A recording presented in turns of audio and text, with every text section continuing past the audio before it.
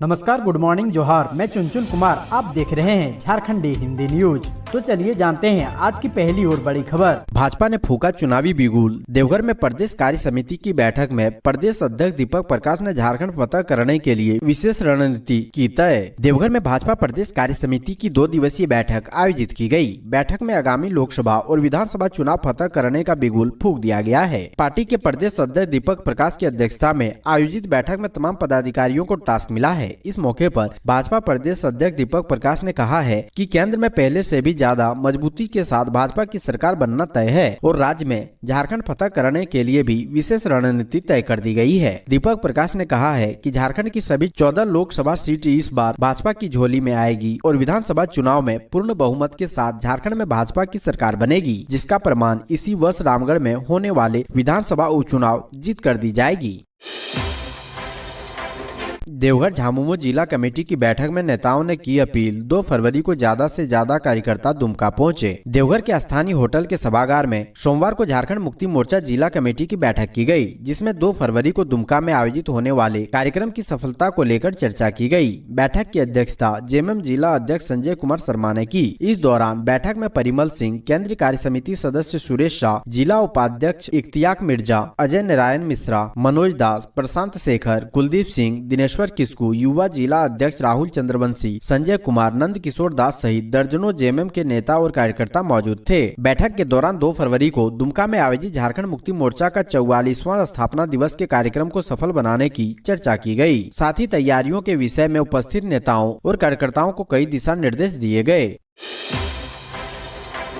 4 साल का अफेयर, लड़के ने शादी से किया इनकार। घर के सामने 80 घंटे तक धरने पर बैठी रही लड़की, आखिरकार मंदिर में हुआ विवाह। करीब 4 दिन के धरने के बाद उत्तम महतो और निशा की प्रेम कहानी को सुखद मोड़ मिल गया है। झारखंड के धनबाद में इस जोड़े की मंदिर में शादी हो गई है। करीब 4 दिन के धरने के बाद उत्तम महतो और निशा की प्रेम कहानी को सुखद मोड़ मिल गया है। मीडिया रिपोर्ट के मुताबिक धनबाद के ईस्ट बसूरिया की रहने वाली निशा और महेशपुर के उत्तम महतो के बीच 4 सालों से प्रेम संबंध थे। दोनों के परिजनों को भी इस रिश्ते की जानकारी थी। युवती की परिजनों ने महेशपुर जाकर रिश्ते की बात भी की थी, लेकिन करीब 20 दिन पहले उत्तम ने शादी से इनकार कर दिया। इसके बाद निशा अपनी दादी के साथ उत्तम के घर पहुंची। शादी की जिद करते हुए उसके घर के बाहर धरने पर बैठ गई। रिपोर्ट के मुताबिक युवती ने 80 घंटे से भी अधिक समय तक उत्तम के घर के आगे धरना दिया। मीडिया में खबरें आने के बाद मामले ने तुल पकड़ा। स्थानीय पुलिस गुरुवार को मौके पर पहुंची और निशा को अपने साथ ले गई। निशा ने उत्तम के खिलाफ यौन शोषण का मामला दर्ज कराया। पुलिस को दी गई जानकारी के मुताबिक उत्तम ने शादी का वादा करते हुए कई बार उसके साथ संबंध बनाए। केस दर्ज होने के बाद उत्तम और उसके घर वालों के तेवर ठंडे पड़ गए। इसके बाद दोनों पक्षों के बीच बातचीत हुई और विवाह को लेकर समझौता हो गया। रविवार को गंगापुर के लिलोर मंदिर में समाज के लोगों और परिजनों की उपस्थिति में दोनों का विवाह करा दिया गया। बाबूलाल पर हाईकोर्ट का फैसला, मंगलवार को स्पीकर की कार्रवाई को दी गई है चुनौती। भाजपा विधायक दल के नेता बाबूलाल मरांडी के दल बदल से जुड़े मामले में झारखंड हाईकोर्ट मंगलवार को अपना फैसला सुनाएगा। झारखंड हाईकोर्ट के न्यायाधीश जस्टिस राजेश शंकर की अदालत में मंगलवार को फैसला सुनाया जाएगा। दोनों पक्षों की ओर से बहस पूरी होने के बाद अदालत ने इस मामले में अपना फैसला सुरक्षित रख लिया था। अब अदालत क्या फैसला सुनाता है, इस पर बाबूलाल और दीपिका पांडे का राजनीतिक भविष्य टिका हुआ है। बाबूलाल मरांडी की ओर से वरीय अधिवक्ता बीपी सिंह, अभय मिश्रा और विनोद साहू ने पक्ष रखा। विधानसभा की तरफ से अधिवक्ता अनिल कुमार और दीपिका पांडे की तरफ से अधिवक्ता सुमित गड़ोरिया ने बहस की है। झारखंड के 500 पारा शिक्षकों पर दर्ज होगा केस, मानदेय वसूली का भी निर्देश। झारखंड में फर्जी सर्टिफिकेट के जरिए लंबे समय से काम कर रहे करीब 500 पारा शिक्षकों पर शिक्षा विभाग ने प्राथमिकी दर्ज कर मानदेय वसूली का आदेश दिया है। शिक्षा विभाग ने ऐसे पारा शिक्षकों के विरुद्ध न केवल प्राथमिकी दर्ज करने का निर्णय लिया, बल्कि फर्जी पारा शिक्षकों से मानदेय की भी वसूली करने का निर्णय लिया है। स्कूली शिक्षा एवं साक्षरता विभाग ने ऐसे शिक्षकों के खिलाफ सभी जिलों के अधिकारियों को कार्रवाई कर 31 जनवरी तक रिपोर्ट देने को कहा है। शिक्षा सचिव के रवि कुमार ने सोमवार को बताया कि फर्जी प्रमाण पत्र के जरिए काम कर रहे ऐसे पारा शिक्षकों को कारण बताओ नोटिस जारी कर शिक्षा विभाग उनका पक्ष जानने की कोशिश करेगा। उसके बाद नियमानुसार कार्रवाई की जाएगी। 2 दिवसीय चाईबासा दौरे पर सीएम हेमंत सोरेन। मुख्यमंत्री हेमंत सोरेन मंगलवार को 2 दिवसीय चाईबासा दौरे पर आने वाले हैं। मुख्यमंत्री के इस दौरे को लेकर प्रशासन और झामुमो दोनों की तैयारियां जोरों पर चल रही है। खतियानी जोहार यात्रा कार्यक्रम को लेकर खुटकाटी मैदान में तैयारी लगभग पूरी कर ली गई है। कार्यक्रम स्थल पर लगभग 20 से 25,000 कुर्सियां लगाई गई है। वहीं वीआईपी और मीडिया गैलरी अलग अलग बनाई गई है। कार्यक्रम स्थल पर ही दूर बैठने वाले लोगों के लिए 4 LED स्क्रीन भी लगाई जा रही है, जिससे लोग मुख्यमंत्री को आसानी के साथ सुन और देख सके। कार्यक्रम स्थल के पीछे कार्यकर्ताओं के लिए भोजन की भी व्यवस्था की गई है। 20,000 लोगों का भोजन वहां तैयार हो रहा है, जिसमें शाकाहारी और मांसाहारी दोनों प्रकार के भोजन को तैयार किया जा रहा है। पूर्वी बिहार और झारखंड के हार्डकोर नक्सली सूरज मुर्मू ने किया सरेंडर, कहा अब पढ़ना है। पूर्वी बिहार और झारखंड के हार्डकोर नक्सली सूरज मुर्मू ने मुंगेर में SLR और 28 कारतूस के साथ प्रशासन के सामने आत्मसमर्पण कर दिया। इस दौरान आयुक्त, DIG, DM और SP भी मौजूद रहे। हार्डकोर नक्सली 9 कांडों का वांछित अभियुक्त था, जिसकी खोज में पुलिस लगी हुई थी। सूरज मुर्मू 4 सालों से जंगलों में अपना जीवन गुजार रहा था और इस दौरान उसकी अपने परिवार से भी मुलाकात नहीं हो पाई थी। इसके बाद उसने आत्मसमर्पण करने का फैसला किया। मुंगेर जिला प्रशासन ने उसके फैसले का स्वागत करते हुए पढ़ाई से लेकर तमाम सरकारी योजनाओं का लाभ देने का वादा किया है।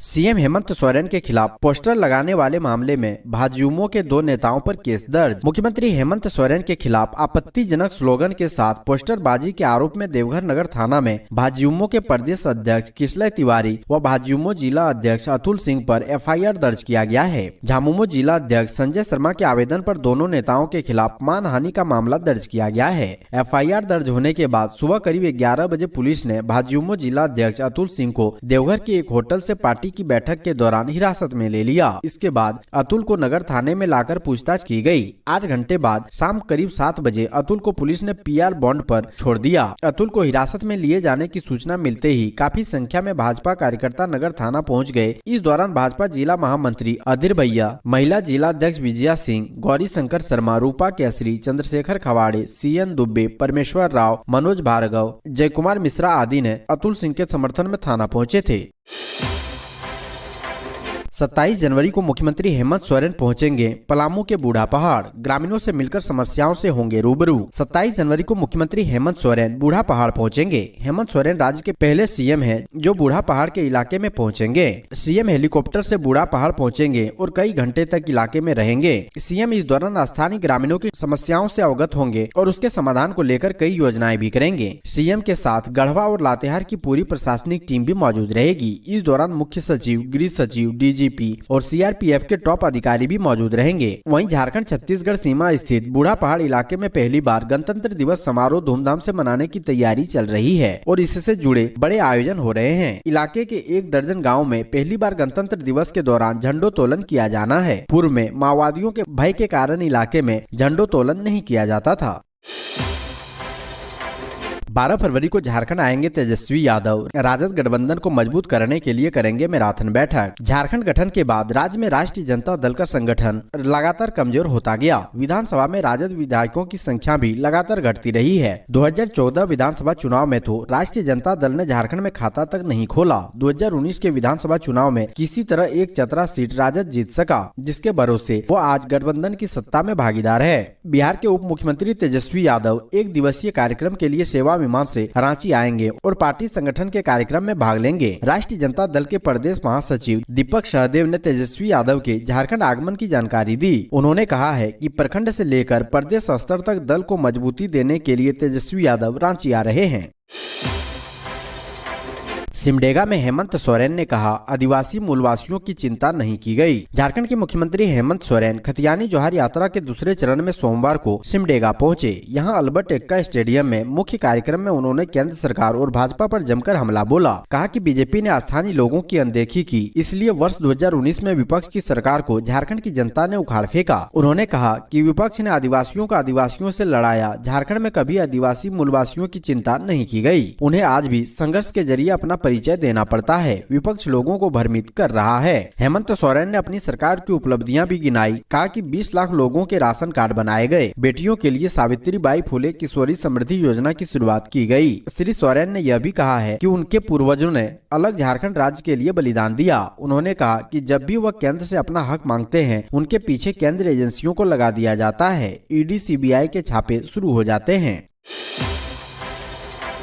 मुकुल मिश्रा को देखकर भड़के मंत्री, कहा सरयू राय का आदमी है, इसे भगाओ। मेरिन ड्राइव में दुमुहानी के पास स्थानीय नगर निकायों की ओर से कचरा डंपिंग से पूरा इलाका प्रदूषित हो रहा है। इसके समाधान के लिए रविवार को स्थानीय निवासी मुकुल मिश्रा के नेतृत्व में स्वास्थ्य मंत्री बन्ना गुप्ता से उनके आवास पर मिलने की तैयारी थी, लेकिन अनुबंध कर्मी पहले से ही मंत्री के आवास पर घेराव कर रहे थे। इस दौरान दुमुहानी में चल रहे निर्माण कार्य का जायजा लेने मंत्री पहुँचे तो वहाँ मुकुल मिश्रा के नेतृत्व में स्थानीय लोग उनसे मिलने आ गए। मुकुल को देखकर मंत्री भड़क गए और अपने समर्थकों से कहा कि इसे यहाँ से भगाओ, यह सरयू राय का आदमी है। इतना कहते ही समर्थकों ने मुकुल समेत सारे लोगों को रोक दिया और उनसे धक्का मुक्की करने लगे। मुकुल मिश्रा ने कहा कि वे स्थानीय निवासी हैं और कचरा फेंकने की समस्या से परेशान है, लेकिन मंत्री ने उनकी एक नहीं सुनी और मिलने व वार्ता करने से इनकार कर दिया। इसके बाद स्थानीय महिलाएं और अपार्टमेंट में रहने वाले लोगों को मंत्री ने कुछ समय दिया और उनकी समस्या जानी। लोगों ने मंत्री को ज्ञापन भी सौंपा। मुकुल मिश्रा ने कहा कि मंत्री को ऐसा व्यवहार शोभा नहीं देता है। हेमंत सोरेन ने कहा, आदिवासियों की बात करने पर जांच एजेंसियों को पीछे लगा देती है केंद्र। 20 साल में पैदा हुए सिर्फ मजदूर। खतियानी जोहार यात्रा के तहत सिमडेगा पहुंचे मुख्यमंत्री हेमंत सोरेन ने कार्यक्रम को संबोधित किया। कार्यक्रम को संबोधित करते हुए मुख्यमंत्री हेमंत सोरेन ने कहा कि खतियानी यात्रा यह बताने के लिए है कि झारखंड वासियों को बिना संघर्ष किए कुछ नहीं मिलने वाला है। उन्होंने कहा कि झारखंड बनने में कई साल लग गए, कईयों ने इसके लिए शहादत दी है। लोगों को संबोधित करते हुए मुख्यमंत्री ने कहा है कि 2019 के बाद आदिवासियों ने अपना मुख्यमंत्री बनाकर साबित कर दिया है कि यहाँ के लोग सरकार बना भी सकते हैं और चला भी सकते हैं। उन्होंने कहा है कि कोविड काल हमारे लिए एक बड़ी चुनौती बनकर हमारे सामने आया। संकट की इस घड़ी में सरकार ने कोरोना काल में भी पूरी संवेदनशीलता के साथ काम किया। लाखों मजदूरों को ट्रेन, हवाई जहाज से उनके घर तक लाया गया। हेमंत सोरेन ने कहा कि पिछले 20 सालों में राज्य में केवल मजदूर ही पैदा हुए, सरकारों ने इसकी चिंता नहीं की। आज जब हमने काम करना शुरू किया तो विपक्ष के पेट में दर्द शुरू हो गया है। आज सरकार आपके द्वार कार्यक्रम के तहत सभी पंचायत में पहुंचकर लोगों की समस्याएं सुनकर उनका निवारण कर रही है।